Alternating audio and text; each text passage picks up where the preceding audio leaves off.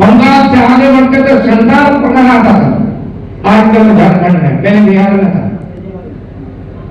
वहां तक अंग्रेजी शिक्षा के माध्यम से इस देश के लोगों की आस्था बदलने का दुष्चर चल रहा था, और जिसमें इस देश के कई सारे लोगों को फर्जी समाज सुधारक अंग्रेजों ने बना रखा था।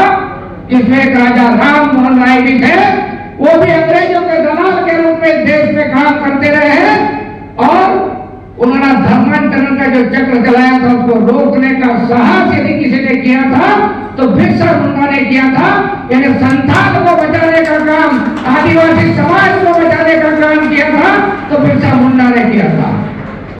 সমাজ সংস্কারক রামমোহন রায়, যিনি সতীদাহ প্রথা রদ করেছিলেন, মধ্যপ্রদেশের উচ্চশিক্ষা মন্ত্রী বলছেন সেই রামমোহন রায় ভারতীয়দের মধ্যে বিভেদ সৃষ্টি করেছিলেন।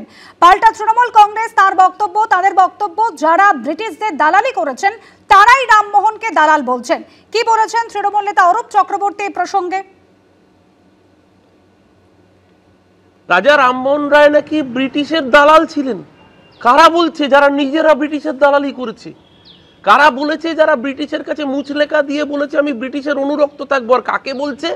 বাঙালির অন্যতম সেরা সমাজ সংস্কারককে, যেই বাঙালির প্রাণের বিনিময়ে দেশ স্বাধীনতা পেয়েছে, রাজা রামমোহন রায়কে গালিগালাজ। এটাই বিজেপি, এটাই ওদের চরিত্র। এই জন্যই আমরা ওদের বহিরাগত জমিদার বলি, যারা বাংলার সংস্কৃতি জানে না, যারা বাংলার মাটি চেনে না, যারা রাজা রামমোহন রায়ের অবদান জানে না। আমার কাছে রাম রাজা রামমোহন রায়, আমার ঈশ্বরের নাম ঈশ্বরচন্দ্র বিদ্যাসাগর, আমার ঠাকুরের নাম রবীন্দ্রনাথ ঠাকুর। যারা এই অস্মিতার বুকে আঘাত হানতে চাইবে, বাংলা তাদের বারবার মনে করিয়ে দেবে তুমি ব্রিটিশের কাছে মুচলেখা দিয়েছিলে সাভারকার।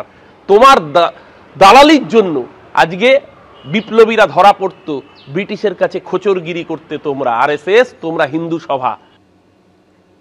সাহিত্যিক শীর্ষেন্দু মুখোপাধ্যায় রয়েছেন আমাদের সঙ্গে টেলিফোন লাইনে। শীর্ষেন্দু বাবু, রামমোহন রায় সম্পর্কে মধ্যপ্রদেশের উচ্চশিক্ষা মন্ত্রী তিনি মন্তব্য করেছেন যে রামমোহন রায় ব্রিটিশদের দালাল ছিলেন, ভারতীয়দের মধ্যে তিনি বিভেদ সৃষ্টি করেছিলেন। আপনি কিভাবে দেখছেন? ভালো খিল্লির মতো কথা, তারা ভালো করে জানে না, না জেনে শুনেই এরকম মন্তব্য সমস্ত করছেন। এগুলো অত্যন্ত দুর্ভাগ্যজনক। কারণ রাজা রামমোহন রায় শুধু বাংলার নয়, সমস্ত ভারতবর্ষেরই একজন মানে কি বলবো, অত বড় চিন্তাবিদ ছিলেন।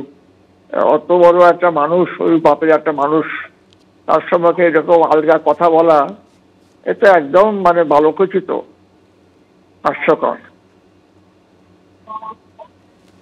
ধন্যবাদ। কি আর বলবো? হ্যাঁ, ধন্যবাদ।